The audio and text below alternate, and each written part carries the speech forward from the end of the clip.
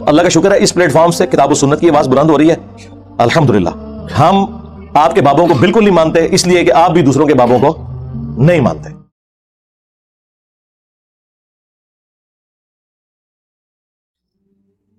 اور اکثر جو پڑھا لکھا طبقہ ہے نا, انہیں تو ریلیجن کوئی یعنی ایک ڈوگما لے کے ڈیلوژن کے طور پہ وہ چل رہے ہوتے ہیں, اس لیے انہیں کوئی فرق نہیں پڑتا. کبھی زکوٰۃ کے بارے میں بول دیا جگہ ٹیکس ہے اللہ نے لگا دیا ہمارے پہ, ٹھیک ہے ٹیکس تو ہے اور ایک شرعی پینلٹی بھی ہے مال جوڑنے کے اگینسٹ, لیکن یہ ظلم پہ مبنی نہیں ہے. جگہ ٹیکس جو مشہور ہے وہ تو ہے کہ ظلم پہ مبنی, یہ اللہ کا رول ہے.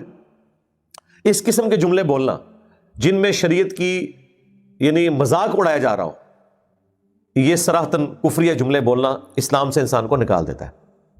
البتہ اگر کوئی انجانے میں کوئی بات کر دے اور اس کی اس طرف توجہ نہ ہو اور اس کی توجہ دلائی جائے وہ معاملہ ایک الگ ہے, لیکن ایک پوری انٹینشن کے ساتھ اس طرح کی گفتگو کرنا, بلکہ اردو زبان میں تو کئی ایک محاورے بولے جاتے ہیں, جی میری آنتیں قل ہو اللہ پڑھ رہی ہیں, مطلب یہ اب وہ یعنی کوئی بھوکا ہے نا تو وہ اس کو اس طریقے سے پریزنٹ کرتا ہے, پہلے پیٹ پوجا پھر کام دوجا. پیٹ پوجا, اب پیٹ میں کوئی چیز ڈالنا یہ اس کی کوئی پوجا تو نہیں ہے, ورشپ تو نہیں ہے, اور اس کو یہ بولنا یہ پوجا ہے, تو یہ کلمات کفر ہے. اب یہ وہ چیزیں جو ہماری اردو لنگوسٹک کے اندر ایک محاورتاً چیزیں داخل ہو چکی ہوئی ہیں اور عام زندگی کا حصہ بن چکی ہوئی ہیں, اور لوگ عموماً بولتے ہیں. جیسے ہی آپ یہ کسی سے سنیں, چھوٹے سے بڑے سے, آپ کا کام ہے کہ فوراً سوچ کے اسے ٹوک دیں کہ یار یہ تم کیا بات کر رہے ہو.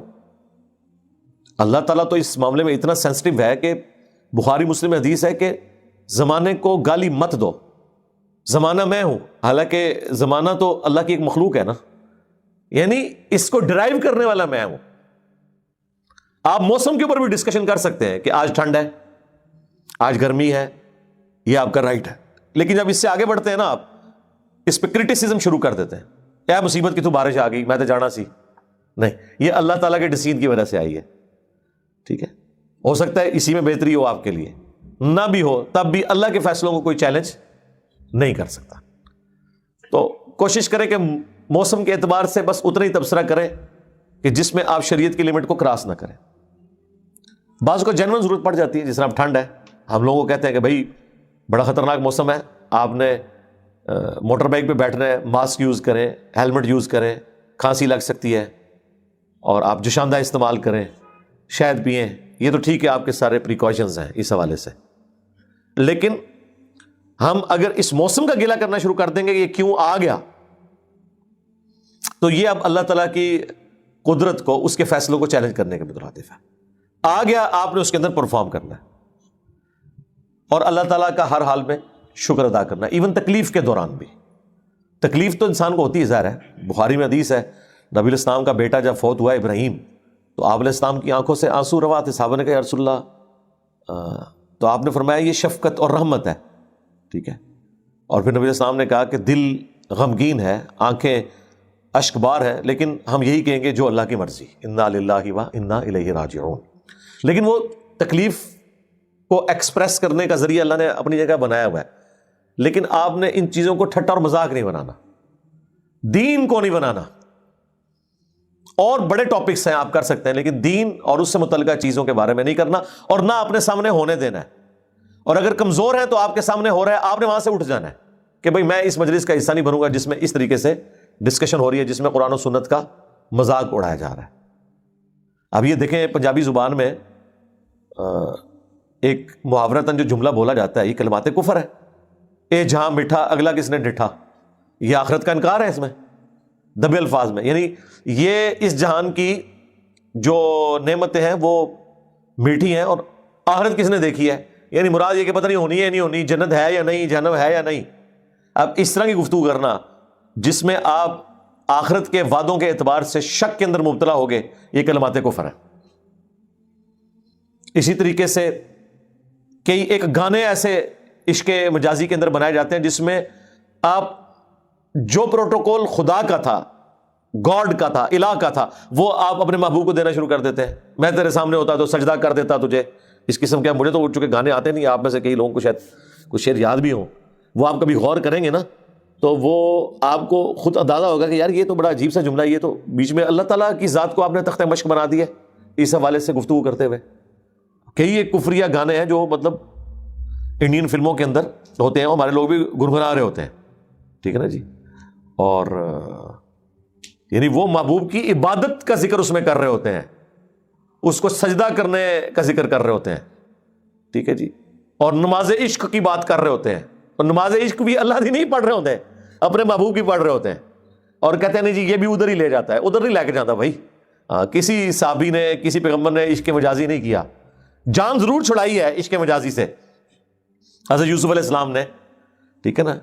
آپ دیکھیں قرآن میں اللہ تعالیٰ نے یعنی اس چیز کا ذکر کیا ہے کہ جس میں ایک عورت نے مرد کو بہکانے کی کوشش کی,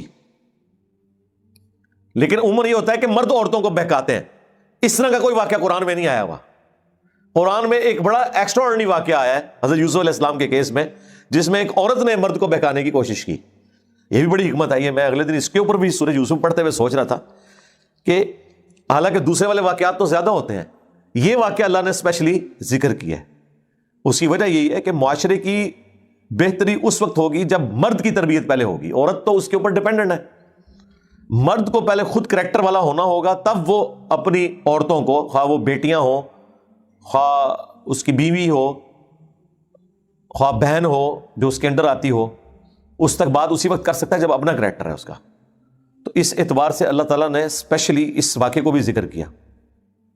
تو یہ ساری کی ساری چیزیں دیکھنے کی ضرورت ہے. اور یہاں پہ دیکھیں سیدھا سیدھا فتویٰ ہے. لوگ تو کہتے ہیں کیا فرق پڑتا ہے جی, لوگ چھوٹی چھوٹی بات پہ کہتے ہیں جی اس طرح کرنے سے انسان کافر ہو جاتا ہے. بھائی جن باتوں سے کافر ہوتا ہے اس سے تو ہو جاتا ہے. آپ قرآن کا مذاق اڑا دیں, روزوں کا مذاق اڑا دیں, زکوٰۃ کا مذاق اڑا دیں, حج کا مذاق اڑا دیں, کعبہ شریف کا مذاق اڑا دیں, دین کے کسی فرض رکن کا مذاق اڑا دیں, فرشتوں کا مذاق اڑا دیں, ٹھیک ہے. تو اس سے تو اور یہ اڑاتے تھے نا, وہ کافر کہتے تھے نا کہ وہ جب قرآن میں نازل ہوا نا کہ دوزخ کے اوپر 19 فرشتے ہیں, تو وہ ایک عرب کا سردار تھا, اس نے کہا اتنے تو میں سنبھال لوں گا, باقی تسی دیکھ لینا. فرشتہ تو ایک بھی ہو بہت ہے, فرشتے کی تو ضرورت ہی نہیں ہے, یہ تو ایک سمجھانے کے لیے. اللہ تعالیٰ کا جب امر کسی کے اوپر جاری ہو جائے تو نہ اس کا ہاتھ اٹھ سکتا ہے, نہ وہ چل سکتا ہے, نہ وہ دیکھ سکتا ہے. یہ تو اللہ کی قدرت ہے کہ کسی کو طاقت دی ہوئی ہے اور برداشت کیا ہوا ہے اپنی نافرمانیوں کے باوجود. جو فالوورز ہیں اگر وہ توبہ کر لیتے ہیں, ان کے چانس ہے کہ اللہ تعالیٰ ان کو معاف کر دے, ان کے معاملات آگے کے سدھار دے. لیکن جو کفر کے پیشوا ہوتے ہیں نا, ان کو معافی کی بھی توفیق نہیں ملتی. اکثر آپ دیکھیں گے بعض فالوورز جو اپنے بڑوں کے پیچھے مارنے مرنے کے اوپر اتر آتے ہیں, ایک وقت آتا ہے انہیں ہدایت مل جاتی ہے. اب ہونا تو یہ چاہیے کہ اگر ایک بڑے لیڈر کے فالوور کو ہدایت مل گئی ہے تو لیڈر کو تو پہلے ملے, وہ تو اس کا بڑا ہے, اس سے زیادہ سمجھدار ہے. اگر ایک چھوٹے کو بات سمجھ آ گئی ہے تو اسے کیوں نہیں آ رہی؟ سوچنے والی بات ہے نا. وہ اس لیے نہیں آتی کہ وہ یہ دوسری کیٹیگری میں فال کرتے ہیں کہ یہ اصل مجرم ہے. جب اصل مجرم ہے, اور وہ اصل مجرم اس لیے ہے کہ جو فالوور ہے نا وہ بیچارہ انجانے میں دھوکے کی وجہ سے غلطی پہ چل رہا ہے, لیکن بڑے کو تو سب کچھ پتا ہے کہ کیا کچھ لکھا ہے قرآن و سنت میں, اس کے باوجود وہ اس کو مولڈ کر کے اپنے اعتبار سے بیان کر کے پیش کرتا ہے, اور کتنی اسے تکلیف اٹھانی پڑتی ہے آپ سوچ نہیں سکتے. مشکات کی شرح لکھی مفتی احمد یار خان نعیمی صاحب نے, اور جب قبروں سے متعلق احادیث آئیں کہ قبروں پہ عمارتیں نہیں بنانی, قبروں کو پکا نہیں کرنا, یہ ساری چیزیں, تو اس سے پہلے انہوں نے کئی صفحے کالے کیے صرف اس بات کے لیے کہ کوئی یہ احادیث پڑھ کے ہمارے مزارات کے خلاف نہ ہو جائے. اور وہ جو باتیں کی اس میں انہوں نے پہلے ہی ایسے دھوکوں میں مبتلا کر دیا کہ یہ تو کافروں کی قبروں کا ذکر ہو رہا ہے, یہ مزارات اس میں نہیں آتے, یہ نہیں ہوتے, وہ نہیں ہوتے, اور اس طرح کر کے اتنا معاملے کو ایمبیگوس کیا تاکہ وہ کوئی حدیث پڑھے بھی. یہ لوگ اکثر کہتے ہیں ایڈ علماء نے نہیں حدیث پڑھی ہوئی, آیت وہ پڑھی ہوئی ہے, لیکن انہوں نے اس لیے نہیں پڑھی کہ اپنے آپ کو ان کے سامنے پیش کرنا ہے, بلکہ وہ اس لیے پڑھی ہے کہ ان کا جواب دینے کی کوشش کریں. صحیح بخاری بریلویوں نے چھاپی ہے, شبیر برادرز نے, صفوں کے صفحے کالے کر دیے پہلی جلد کے اندر اسٹارٹ میں, جس میں انہوں نے فقہ حنفی کے فضائل اور پوری دنیا میں ہم ہی ہم ہیں, اور یہ کر کے تاکہ اگر بخاری شریف کوئی کھولے اور اسے پتا چلے کہ یار اے مسئلہ بھی فراڈ, اے بھی فراڈ, اے بھی فراڈ, اے بھی فراڈ. تو یعنی وہ شروع کے صفحے لکھ کے خود اعلان کر رہے ہیں کہ آگے جو اوریجنل دین شروع ہونے والا ہے نا, یہ جو ہم مقدمہ اس لیے لکھ رہے ہیں کہ وہ بالکل ہم بالکل اس سے الٹ چل رہے ہیں. ویسے تو کتابوں کے مقدمے جب لکھے جاتے ہیں نا تو ان میں یہ لکھا جاتا ہے کہ اب جو میں کتاب لکھنے جا رہا ہوں اس میں یہ چیزیں آئیں گی, آپ نے دیکھنا ہے کہ آپ کہیں غلط تو نہیں کر رہے, اپنے آپ کو اس کتاب کے مطابق درست کر لینا ہے. لیکن یہ کون سی کتابیں ہیں جن کے مقدمے یہ لکھتے ہیں یہ بتانے کے لیے جو آ رہا ہے اس کو آپ نے نہیں ماننا. ایاک نعبد و ایاک نستعین کا مقدمہ یہ لکھا ہوگا کہ اللہ سے بھی مانگنا ہے دوسروں سے بھی مانگنا ہے. اور آپ کو یہ منافقت نظر آ رہی ہوگی. لہٰذا جتنی منافقین کے بارے میں نٹوریس باتیں قرآن میں ذکر ہوئی ہیں وہ آپ کو من و عن ان میں نظر بھی آئیں گی. یعنی ایک آج کا مسلمان کہتا ہے جی میرے لیے قرآن میں کیا ہدایت ہے, تیرے لیے وہ تو ہے جو یا ایھا الذین آمنوا ہے, وہ تو ہے ہی ہے, وہ تو ڈیٹم لیول ہے, لیکن اصل میں تو یا ایھا الذین آمنوا تو نہیں ہے. اس کی وجہ یہ ہے کہ وہ تو نبی علیہ السلام کے مبارک زمانے میں جب اعرابی لوگوں نے, بادیہ نشین لوگوں نے کہا کہ ہم ایمان لے کے آئے, تو قرآن میں اللہ تعالیٰ نے سورہ الحجرات میں فرمایا کہ تم ایمان نہیں لے کے آئے بلکہ کہو قولوا اسلمنا, تم اسلام لے کے آئے ہو, ایمان تو ابھی تمہارے دلوں میں داخل ہی نہیں ہوا. سرکار حضور کی موجودگی میں جو کلمہ پڑھے اس کو تو اللہ تعالیٰ فرمایا کہ ابھی تم صرف کلمہ کو مسلمان ہو, ایمان اندر داخل نہیں ہوا, صرف اسلام لے کے آئے ہو. تو آج کا مسلمان کی لیول کا ہوگا جو ہر کام ہی الٹ کر رہا ہے اور زمانہ بھی اتنا دور ہے, الا یہ کہ وہ اپنی اصلاح کر لے. تو عام جو اس وقت اہل ایمان ہے نا, سو کارڈ پاکستان کے شناختی کارڈ میں مسلمان, ان کے اندر آپ کو یہ منافقین والی ساری چیزیں نظر آئیں گی. لہٰذا قرآن پڑھتے ہوئے منافقین والی جو آیات ہے نا یہ اسپیسیفکلی دیکھنی چاہیے کہ ہم اس کیٹیگری میں تو نہیں فال کر رہے. صحابہ کرام تو بڑا ڈرتے تھے منافقین والے معاملات میں, کیونکہ منافق بھی تو مسلمان ہوتا ہے نا, قانوناً تو مسلمان ہے, مر جائے گا تو اس کا جنازہ بھی پڑھیں گے, اسے دفنائیں گے بھی. حضور نے بھی آگے ذکر آ رہا ہے کہ عبداللہ ابن ابی کو خود جنازہ پڑھ کے اپنا کرتا مبارک اس کے کفن کے طور پہ دیا, قبر میں خود اتارا, اپنا لعاب دان اس کے منہ میں ڈالا, قبر پہ کھڑے ہو کے اس کے لیے دعا کی, جنازہ خود پڑھایا. اور اللہ تعالیٰ فرمایا کہ آندہ کے بعد نہ تم نے جنازہ پڑھنا ہے نہ کسی کی قبر پہ کھڑا ہونا ہے. حالانکہ ہے وہ کلمہ کو مسلمان تھے, اس لیے کہ وہ اندر سے دشمن تھے. آج چونکہ وہی کا سلسلہ ختم ہے, لہٰذا ہم کسی کو اعتقادی منافق تو کہہ نہیں سکتے, کسی بھی مکتب فکر کے کسی بندے کو, بڑے سے بڑے فراڈیے کو جو اللہ رسول آخرت کا ختم نبوت کا ماننے والا ہے, ہم منافق نہیں بول سکتے. ہاں ہم یہ کہہ سکتے ہیں کہ تیرے اندر خصلتیں منافقین والی پائی جاتی ہیں, یا عملاً تو نفاق کا شکار ہو چکا ہے. عملاً, اعتقاداً تو وہی سے پتہ چلے گا نا کہ یہ اندر سے کافر ہے یا مسلمان ہے, لیکن عملاً جو بخاری مسلم حدیث ہے, منافق کی 4 نشانیاں. نمبر 1 بات کرے گا تو جھوٹ بولے گا.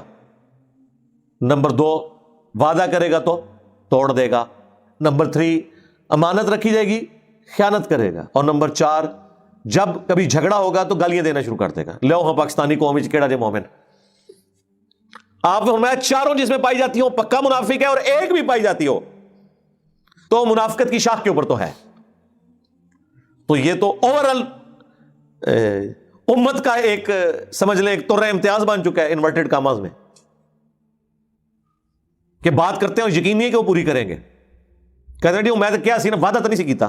بھائی وعدے کے لیے ضروری ہوتا کہ میں وعدہ کرتا ہوں, آپ نے کمٹمنٹ کر دی آپ پابند ہیں, الا یہ کہ بہت بڑی کوئی آپ پہ آفت ٹوٹ گئی تو آپ معذرت کر لیں. ادروائز جب زبان دے دی بس دے دی.